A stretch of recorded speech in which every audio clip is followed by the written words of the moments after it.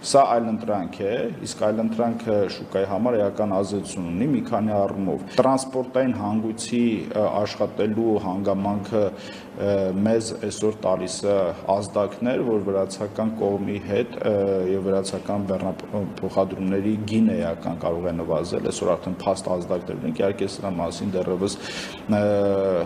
կյանքը ցույց կտա որքան կլինի եւ ոնց կլինի, որտեղ հիմա երկրորդ խմբականակը, որ մուտք գործի արդեն կհասկանանք, երկրորդ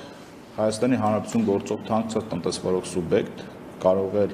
իր գործընկերների միջոցով կապնվել եւ կամ ինքը գնալ կապնվել եւ պայմանագիր ունենալ ինքն ներմուծում իրականացնել ոչ միայն բենզին կամ դիզել ցանկացած ապրանք, որը ինքը ցանկանում է դա իրականացնել,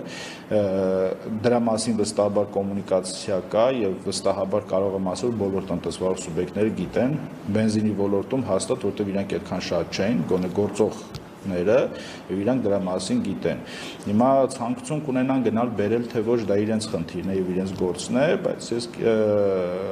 տենց որևէ պարտադրանք կարևորը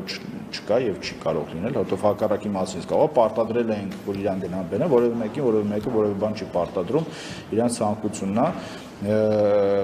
մի ընկերություն ասել է ժամ գնացել են բեր, հիմա կտեսնենք եւ ոնց որ կարծես թե այդ ապրանքն արագ վաճառվում էր, այդ էլ որևէ մեկի ցանկությունն է, թե մեկ ուզում է գնալ եւ դիսկավորել, թող գնա դիսկավորել, որևէ մեկին կարևոր բան չեն պարտադրում, ելի եմ կրկնում, ըստ իս խոսքը գնում էր կառավարության բիզնեսի կոմունիկացիայի մասին, կառավարությունը ազատ է կոմունիկացվել